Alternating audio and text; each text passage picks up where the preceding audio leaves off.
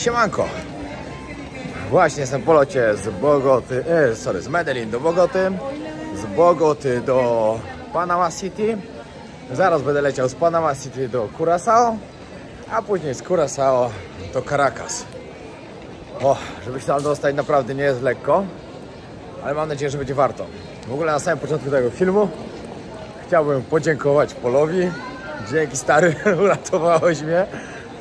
Bo przed całym lotem z Medellin do Bogoty rozmawiałem z Polem, jak tam z transportem w Caracas, w jakiej dzielnicy się zatrzymać i tak dalej, i tak dalej.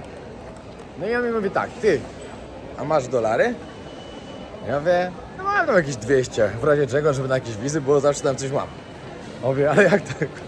Mówię, że tam nie wypłacisz pieniędzy, tam musisz mieć ze sobą gotówkę. Tam nie da rady wypłacić pieniędzy. Ja mówię, o. I właśnie teraz wypłacają, oni mówią, dobra, lądujesz w Panamie? Ja wyląduję. To w Panamie bankomaty wypłacają w dolarach amerykańskich. W Caracas, znaczy w Wenezueli używał amerykańskich dolarów. Wypłać sobie tutaj i będzie wszystko dobrze. No i tak właśnie zrobiłem. Wypłaciłem teraz 600 dolców. Także powinno bez problemu starczyć. Mam tylko godzinkę na przesiadkę, także szybko idę jeszcze do luncha coś zjeść i ruszam na kolejny samolot. Ale powiem wam, że zmęczenie jest, bo nie przespana noc. Z samolotu do samolotu przechodzę cały czas i no i tak jest. Dobra, idę jeść. Ale miałem akcję. Wsiadam do samolotu, kładę się. Nagle ludzie zaczynają chodzić. Patrzę na zewnątrz, ładnie słońce świeci, mówię, o, doleciliśmy na Curaçao, nawet nie słyszałem, jak odlatujemy. Ale spałem. Wychodzę z lotniska, wychodzę z tego, wiecie, tunelu. Patrzę, my jesteśmy dalej w Panamie. Mówię, co jest grane? Pytam się pani, przepraszam, bo ja spałem, co jest grane? Ona mówi, a nic, siedzieliście godzinę i zmieniamy samolot, bo jest jakaś awaria i za 10 minut będzie wiadomo co i jak. A najgorsze jest to, że nie mam czasu. Mam na Curaçao kolejną przesiadkę, żeby lecieć dalej. Jak tak będzie, no to jestem w dupie. Ale musiałem śmiesznie wyglądać, jak tak wysiadałem z tego samolotu i nie wiedziałem co jest. Się poczułem jak taki Kevin. Jak w Nowym Jorku wysiadł z samolotu i coś mu nie grało. I nie wiedział co się dzieje. No, 1,5 godziny opóźnienia i wsiadamy znowu do samolotu. Mam nadzieję, że zdążę. Jak nie, to zostanę na 2 dni na Curaçao w sumie, bo czemu nie, ale chciałbym dzisiaj być w Caracas. No i przez spóźnienie prawdopodobnie się nie zdążę, bo za 20 minut odlatuje mój samolot. No i teraz się będzie trzeba kłócić. Ale sensu jest. Jeszcze próbuję, ale nie ma szans. Za 20 minut samolot wylatuje. Musiał być opóźniony, a ja muszę przejść jeszcze raz przez odprawę. No, samolot stoi, ale już na pewno ludzie wsiadają. Ale w ogóle srebrne, jeszcze nie widziałem takiego wcześniej. Flaga Curaçao.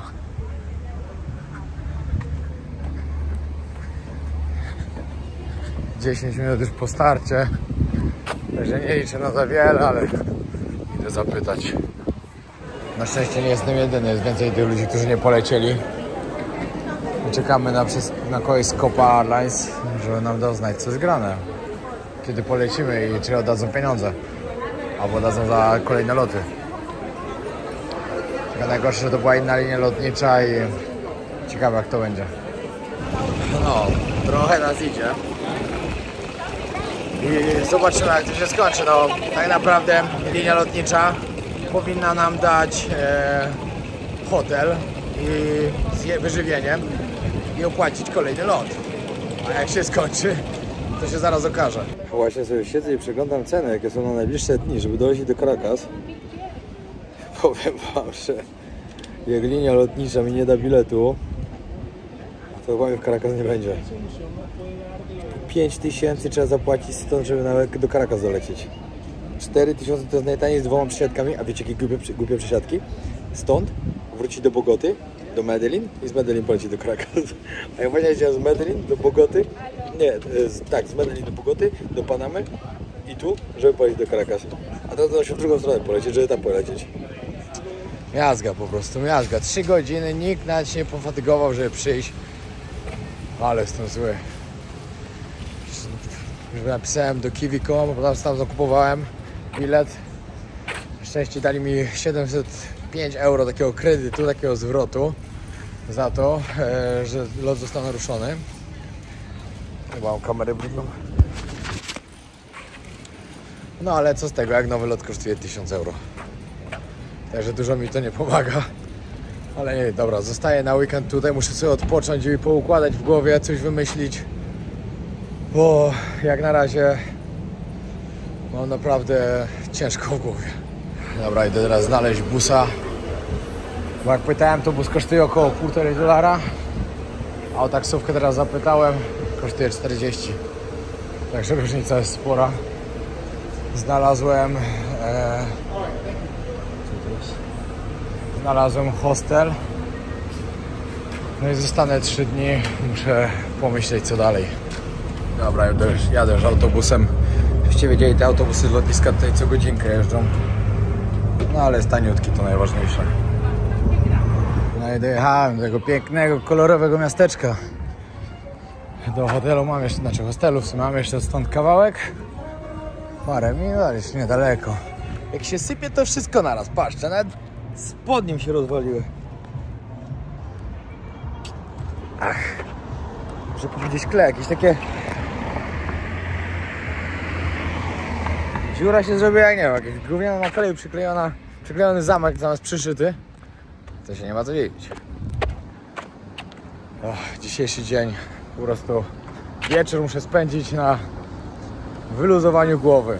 Relaks, może pójdę gdzieś na miasto, jakiegoś piwka się napiję, muzyczki posłuchać.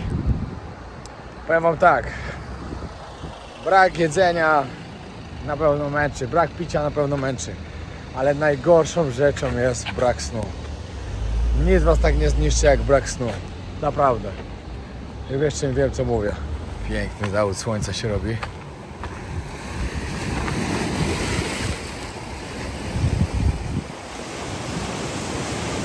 Żebyście źle nie odebrali początku tego filmu, bo wiem, że troszkę ponarzekałem, ale to tylko po prostu jest wszystko ze zmęczenia, z niewyspania i z tego, że mi się coś nie udało. O, tym miałem lecieć właśnie do Caracas. No i wiecie, straciłem znowu pieniądze, ale to nie ma się czym załamywać. Koniec końcem jestem na Karaibach, na pięknej wyspie, którą wam pokażę przez najbliższe dni. Może zrobię 3 odcinki stąd, żeby wam pokazać, jak tu jest pięknie, bo troszkę o tym pooglądałem już na lotnisku, co mam tu do roboty. Jest trochę do roboty i do pokazania, także wam to wszystko pokażę. I muszę wymyślić coś plan. Nie jestem typem człowieka, który się łatwo poddaje i na pewno się nie poddam. I wymyślę, co zrobić, żeby kontynuować dalej fajnie tą podróż. I żeby zrobić dla was jeszcze fajną serię do końca. To, co mam zrobić. Patrzcie, jak tu ładnie, kolorowo. Nie wiem, że to mówię, ale to po prostu tak fajnie wygląda. Ja bym tu ale zabrał, ale bym miał do roboty zdjęć. No i tu jest mój hostel. Bed and Bike. No ja w ogóle teraz jakaś azjatycka, także idealnie idę zaraz coś zjeść, bo nic dzisiaj nie jadłem prawie. Takiego dorma. Pytałem się, pełno ludzi jest? Pełno. Wygląda, jakby w moim dormie nikogo w ogóle nie było. Także idealnie. Moje łóżko. No, wykąpałem się, wyprałem skarpetki i majtki, bo powiem, że nie było wesoło. Nawet nie chciałem ich do plecaka wsadzać. Zjadłem sobie sushi, napiłem się piwka, Asahi i powiem, że od razu mi lepiej. Idę teraz pochodzić, żeby zrobić trochę kroków, bo dzisiaj mało chodziłem. A chcę w podróży robić zawsze co najmniej 10 000. Także dzisiaj pewnie nie zrobię, ale chociaż cokolwiek się przejść. I zobaczę, co się dzieje na rejonie. Tutaj koło domu mam taką uliczkę. Są różne knajpki. Kurde, strasznie te światła się odbijają. O, tutaj to jest jeszcze lepiej aż. Żałuję, że tam u siebie jadłem. Chociaż smaczne było. Ale tutaj to pięknie wygląda. Jutro tutaj przyjdę na kolację, no chyba, że pójdę do centrum, bo tu jeszcze nie jestem w centrum, ale już niedaleko. Ja już w moim hostelowym pokoiku. Trzeba troszkę popatrzeć, co tam się dzieje na YouTubeku, odmurzyć się troszkę i do spania, wyspać się dobrze. Ale powiem wam, że takie dni są też potrzebne, naprawdę, bo przynajmniej może paru z was sobie może to uświadomić, że podróżowanie takie to nie jest takie proste, to nie jest tak, że wszystko zawsze idzie dobrze. Jest tyle zawsze jakichś różnych rzeczy, które nie wychodzą mimo planu, cały plan się sypie. Tak to jest. Nigdy się nie da zaplanować wszystkiego dokładnie, bo zawsze się coś może wydarzyć. No i siemanko, kolejny dzień, a w sumie to już raczej południe, bo jest 12 w południe. Witam z kolorowego miasteczka. Miasteczko, które jest nazywane Małym Amsterdamem. Że niby tam z mostu wygląda jak przy kanale w jednym z amsterdamskich ulic. Zaraz tam idę właśnie zobaczyć, czy to prawda. W Amsterdamie byłem wiele razy i to miasteczko ani trochę mi Amsterdamu nie przypomina, ale zobaczę właśnie w tamtym miejscu. W ogóle tak, dobrze się wyspałem, dobrze zjadłem, wróciła energia do działania. Idę do domu za chwilę, bo muszę na szybko coś ogarnąć. Wynajmuję samochód i ruszam na zwiedzanko. Tutaj właśnie dobrze mieć samochód, bo ta wyspa jest dość duża. Wynajęcie kosztuje $50 za dzień w hostelu. No, pewnie gdzieś wypożyczalnie bym znalazł dużo taniej, ale no po prostu wolę wziąć z hostelu. Bo teraz z ubezpieczeniem i w hostelu to w hostelu zawsze. Wiecie jak jest. Może być lepiej. Kurde, gdzie ten most, na który ja mam iść? Świeże owocki i warzywa. Hello.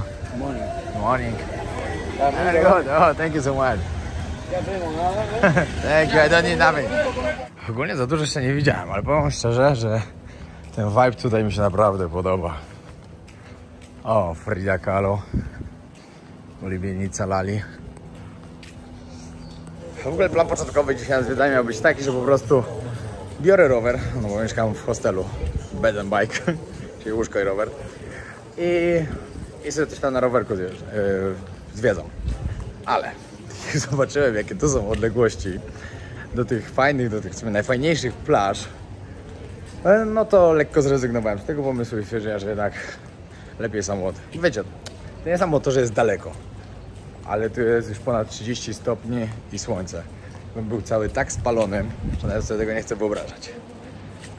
O, tu jest chyba ta uliczka, co wygląda jak Amsterdam.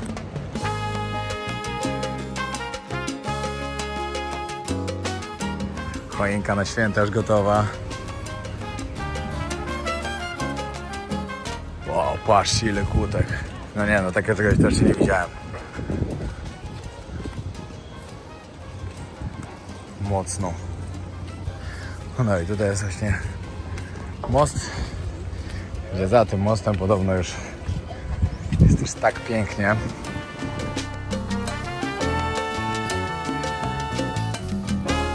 No powiem wam, że może to trochę wygląda jak w Amsterdamie. Patrzcie jak to wszystko świątecznie ładnie.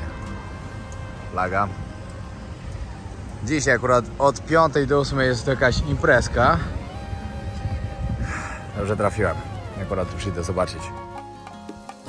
Aventurero quiere un corazón,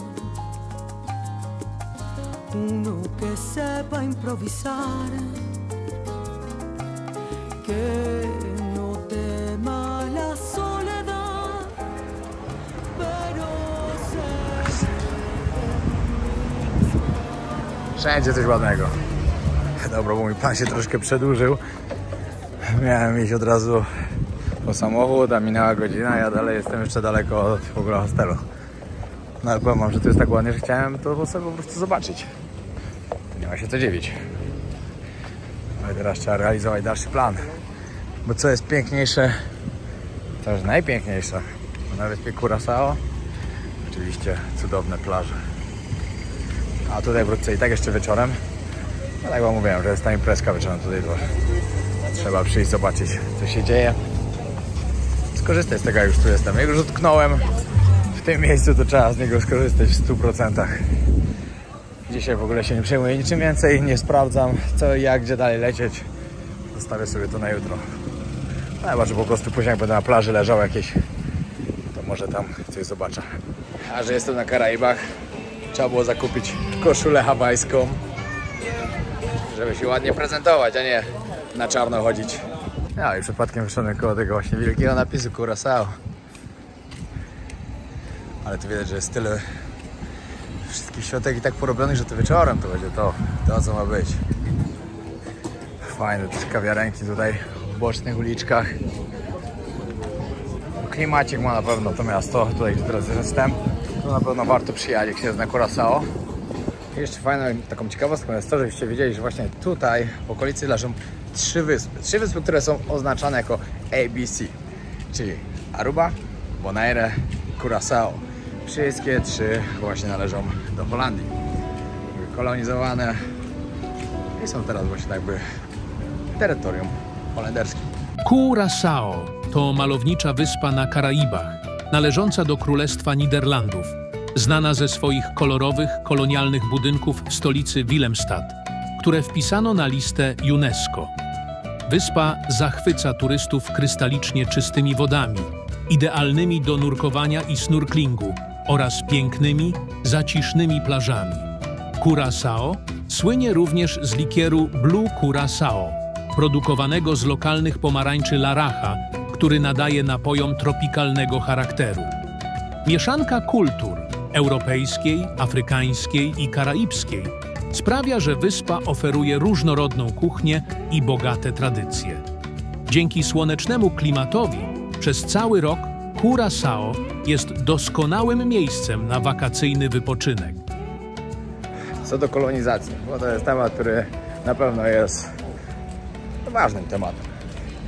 Moim zdaniem w niektórych miejscach na świecie kolonizacja dobre rzeczy zrobiła. Może nie była dobra, ale zrobiła dobre rzeczy, bo na przykład są takie miejsca w Afryce, które mogłyby naprawdę, nie wiem jak to powiedzieć, ile lat wstecz być za całym światem, chociaż niektóre dalej tam są, ale na przykład wiadomo, że kolonizatorzy przywieźli, dlaczego ludzie tutaj są ciemnoskórzy, którzy są po prostu, wiecie, czarni? Dlatego, że oni zostali tutaj przywiezieni przez kolonizatorów, najpierw z Afryki, później tutaj i teraz oni tak samo mogą przyjeżdżać właśnie do Europy i dlatego jest jak jest, a coraz bardziej to widać w Europie, że po prostu, wiecie, stąd ludzie też mogą sobie pojechać bezpośrednio do Holandii, ponieważ to też jest terytorium holenderskie, a z innych krajów, które są kolonizowane albo były przez Anglię, no to przyjeżdżają do Anglii. No i tak to później wygląda. Żeby nie było, że to źle miało zabrzmieć, bo absolutnie nie, ale trzeba się cieszyć tym, że Polska nigdy nie kolonizowała żadnych terenów. Naprawdę powinniśmy się z tego bardzo, ale to bardzo cieszyć i doceniać to, że Polska jest jaka jest.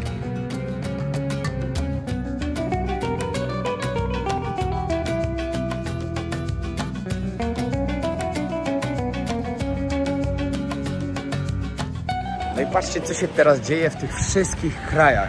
Tych krajach, które w tamtych czasach uważane są takie potężne, że mogą kolonizować cały świat. Co się dzieje we Francji? Co się dzieje w Niemczech? Co się dzieje w takiej Anglii? Ci ludzie podbijali, te kraje podbijały świat, kolonizowały. A teraz te wszystkie kraje podbijają je. I tak to wygląda. Polska, można powiedzieć, że jest teraz jednym z najbardziej bezpiecznych krajów w Europie. Ale to jest i nie ma co ukrywać.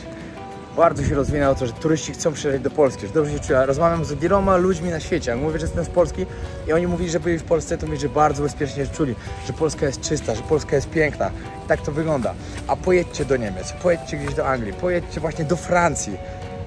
Setki namiotów na ulicach, nasrane na chodnikach, no bezdomni wszędzie. Także pamiętajcie, bądźmy dumni z tego, jaki mamy piękny kraj, skąd jesteśmy, bo to jest bardzo ważne. No i tak, mam już samochód i zaczynam zwiedzanie tej pięknej wyspy. Pierwsze miejsce, gdzie jadę, Blue Bay. O, ale tu ładnie. Trzeba było na wjeździe zostawić swój dowód, żeby spisali dane. I można wjeżdżać. Prywatny teren. Patrzcie, pierwsza plaża, która tutaj jest.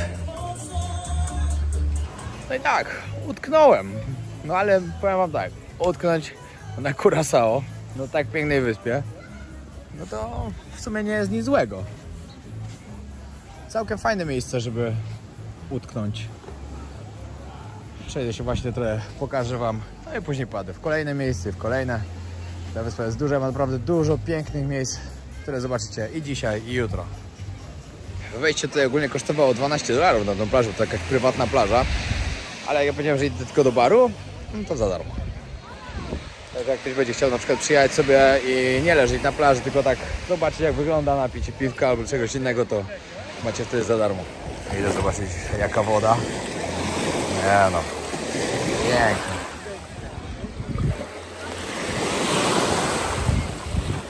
Piękne są tutaj te palmy wszystkie. To robi ten właśnie karaibski klimacik. Z takich ciekawostek powinniście wiedzieć to, że Curaçao zamieszkuje jakieś 150 000 ludzi.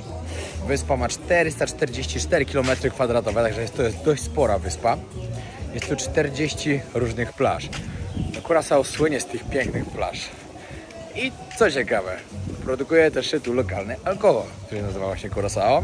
Ma niebieski kolor i założę się, że nie jedna osoba z was kiedyś go próbowała. No ja może wieczorem też spróbuję. Zobaczymy, czy gdzieś pójdę. Jeszcze nie ma, ale może. Kolejne miejsce, jakie zwiedzam, to jest Kokomo Beach. I tutaj kolejne piękne miejsce. Tutaj woda ma naprawdę niesamowity kolor. Piękny, niebieski. Tak żałuję, że po łowie oddałem drona, no ale nie wiedziałem. Myślałem, że już będę leciał do Wenezueli i Haiti. Drona by mi tam mogli zabrać. No a tutaj bym polatał. Coś pięknego by było. Popatrzcie. No, robi wrażenie, nie ma co.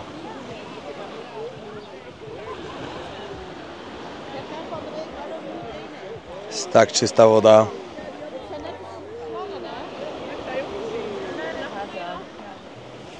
Nie wiem dlaczego dziewczyna z hostelu, która pracuje na recepcji, powiedziała, że to jest najlepsze miejsce na wyspie. Może jest.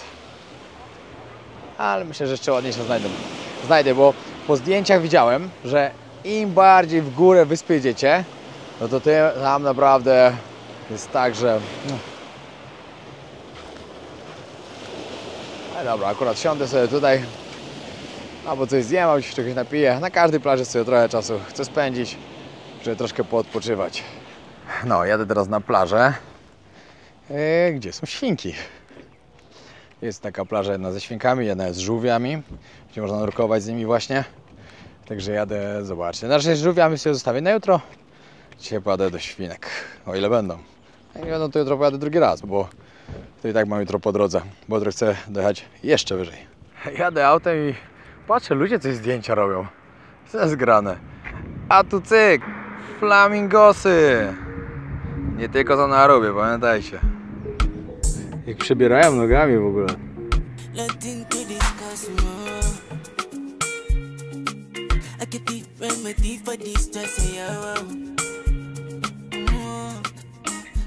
Lubię takie przypadki. Jadę, a to nagle flamingi. Flamingi widziałem już w wielu miejscach na świecie, żeby nie było. Ale która wyspa jest taka najbardziej znana z tego, że są flamingi? No, oczywiście Aruba. Aruba, jedna z holenderskich wysp, która jest pierwszą z ABC. W ogóle fajnie w sumie, że tu jestem. Szczerze mówiąc, to w sumie spoko. Taki weekendzik, żeby odpocząć. Całkiem nieźle. Szkoda, że bez Ali, ale no przypadkowo. No, tak wyszło jak wyszło. Nie, no kiedyś pojedziemy, ale właśnie chciałem ją zabrać na Arubę. To jest taka wyspa, którą chcę bardzo, bardzo też zobaczyć.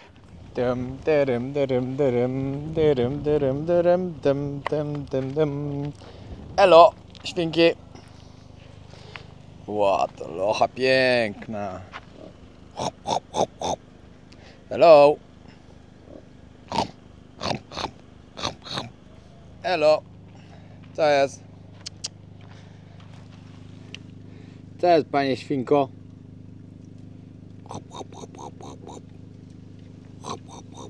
Nie wiem, czy mówiłem, to powtórzę w razie czego. Playa Porte Maria. Plaża ze świnkami właśnie. A raczej świniami. Hello!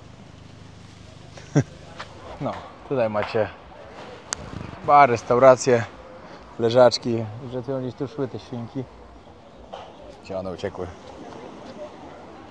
Hehe, i nie mówię o fajnych dziewczynach, tylko o prawdziwych, żeby nie było. Taki żarcik. Ale akurat przyszła chmura, muszę poczekać. O, jaka świnka, a nie, to dziecko, sorry. Sorry, mój błąd, mój błąd. Zdarza się najlepszym, żeby nie było. Jeszcze mimo, że nie ma słońca teraz, to jak niebieski kolor ma ta woda. Cudowna jest ta wyspa. Dobra, ruszam w poszukiwanie tych świnek, to tu są. Widziałem, że jedna jest jakaś duża na końcu, ale jak ja tu chodziłem, to akurat takie malutkie sobie łaziły. Fajnie było sobie zdjęcia zrobić ze świnką.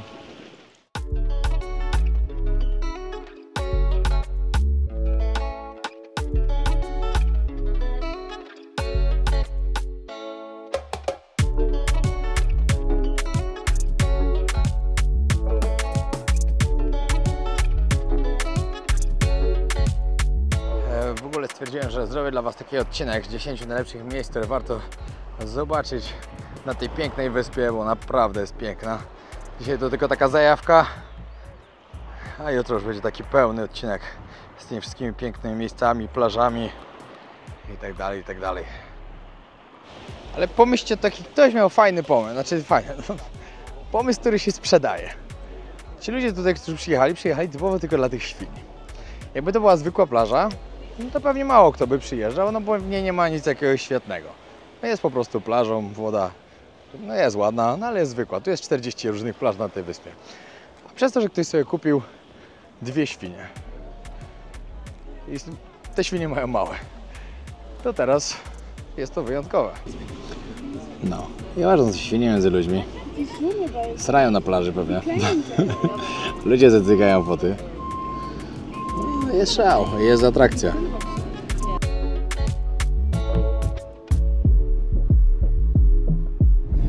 Dobra, wracam już do domu.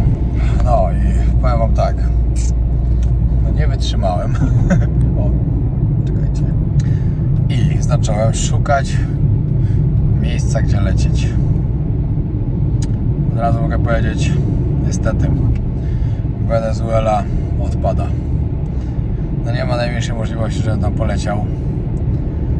Bo najtańszy bilet kosztuje około 5000 zł, żeby tam polecieć. Plus około 3000, żeby stamtąd wylecieć.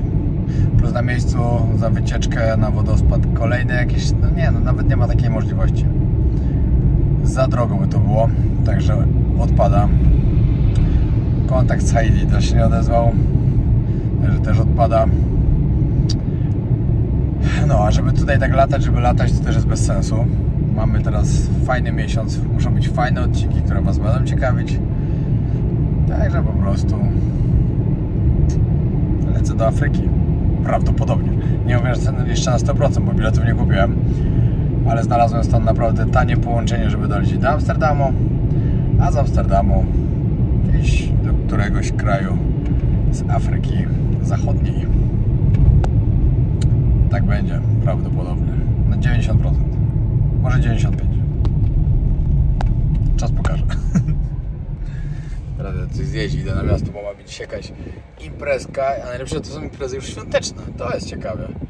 Oni to naprawdę lubią święta w tych częściach świata. A w ogóle w wielu częściach lubią święta. Kto nie lubi świąt? Każdy. A ja w tym roku wyjątkowo w Polsce. Fajnie, nie byłem na święta w Polsce z 10 lat.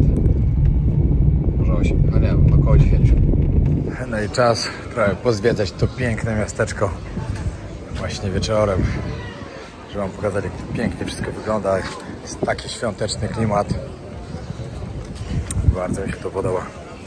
Tym bardziej, że w tym roku będę miał święta. Dobra, w ogóle Wam muszę to powiedzieć, bo w tym roku dla mnie będą dziwne święta. I nie ma co ukrywać. Pierwszy raz będę spędzał święta u Ali. Tak. Ale u mnie, czyli w górach Bielsko-Białej, Mikołaj przychodzi 6 grudnia. A po prostu święta się dostaje pod choinkę prezenty. U Ali, ona mieszka na Podlasiu, tam jest trochę inaczej. Tam Mikołaj przynosi prezenty pod choinkę. Także dla mnie to będzie coś dziwnego. Dajcie znać, jak jest u was, w waszym regionie, gdzie mieszkacie. Czy Mikołaja macie 6 grudnia, czy macie właśnie pod choinkę prezenty od Mikołaja.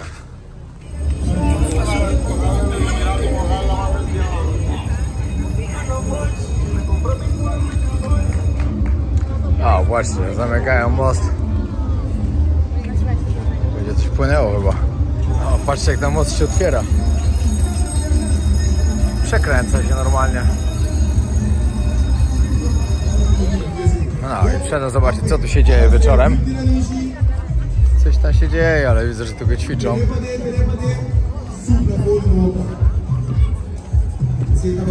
Ale ozdoby na święta mają ładne. No i dobra, koniec tego odcinka. To był całkiem fajny dzień. No, myślę, że tak. Jutro przygotuję dla was naprawdę świetny odcinek z najlepszymi miejscami, jakie warto tutaj zobaczyć. Bo sam już sobie przygotowałem fajną trasę. A później na poniedziałek wieczorem, nie, w poniedziałek wieczorem jeszcze będę. We wtorek prawdopodobnie stąd wylatuję, także no, zobaczymy, jak tu byłem ludzie. Zaraz będę kupował bilety. Dobra, trzymajcie się, pozdrawiam serdecznie. Na razie pamiętajcie o tym, żeby zostawić subskrypcję. Plan niestety się zmienił, ale no widzicie, jak to jest. Takie jest właśnie podróżowanie. Czasem jest dobrze, czasem wcale nie. I tak to jest. Pozdro.